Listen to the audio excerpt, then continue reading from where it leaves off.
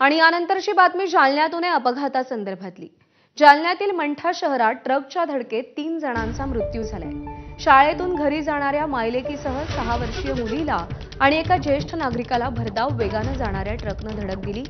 या अपघातामध्ये 6 वर्षाच्या मुलीचा, महिला आणि एका ज्येष्ठ नागरिकाचा उपचारादरम्यान मृत्यू झालाय।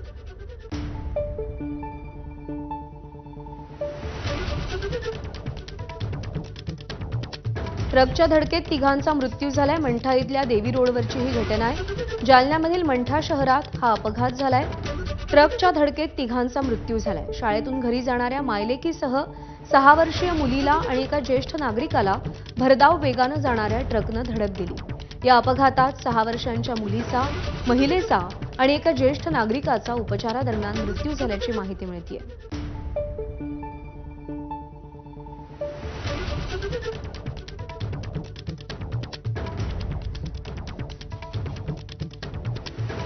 रवी मुंडे आपले प्रतिनिधी सध्या आपल्या सोबत आहेत। रवी, अपघात नेमका कसा झाला आणि आता पोलीस पुढची कारवाई काय करतायत? प्रज्ञा, या प्रकरणी चालकाविरोधात गुन्हा दाखल झालेला आहे मंठा पोलीस ठाण्यामध्ये।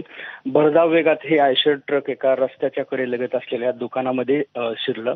फॅब्रिकेशनचं हे दुकान होतं आणि त्या रस्त्याने जात असताना एका चिमुकलीला आणि बाजूलाच असलेल्या एका दुसऱ्या चिमुकलीला घेऊन जाणाऱ्या महिलेला या आयशरची धडक बसली आणि एक वयोवृद्ध देखील यामध्ये जखमी झालेला होता। त्याचा देखील उपचारादरम्यान मृत्यू झालेला आहे। शाळकरी मुलगी आहे ही आणि शाळेत जात असताना या भरधाव आयशरचं चालकाचं नियंत्रण सुटलं आणि या 3 जणांना धडक बसलेली आहे। वयोवृद्धाचा उपचारादरम्यान मृत्यू झालेला आहे। या रस्त्यावरती प्रमुख रस्त्यावरती रहदारी मोठ्या प्रमाणावर असते आणि त्या ठिकाणी अशा प्रकारचा अपघात झाल्यामुळे 3घांचा जागेवरच मृत्यू झाला। या घटनेनंतर या ठिकाणी हळहळ व्यक्त होते। चालक या ठिकाणाहून फरार झालेला आहे। पोलीस त्याचा तपास करत आहेत। त्याविरोधात गुन्हा देखील झालेला आहे। प्रज्ञा। रवी, धन्यवाद दिलेल्या माहितीसाठी।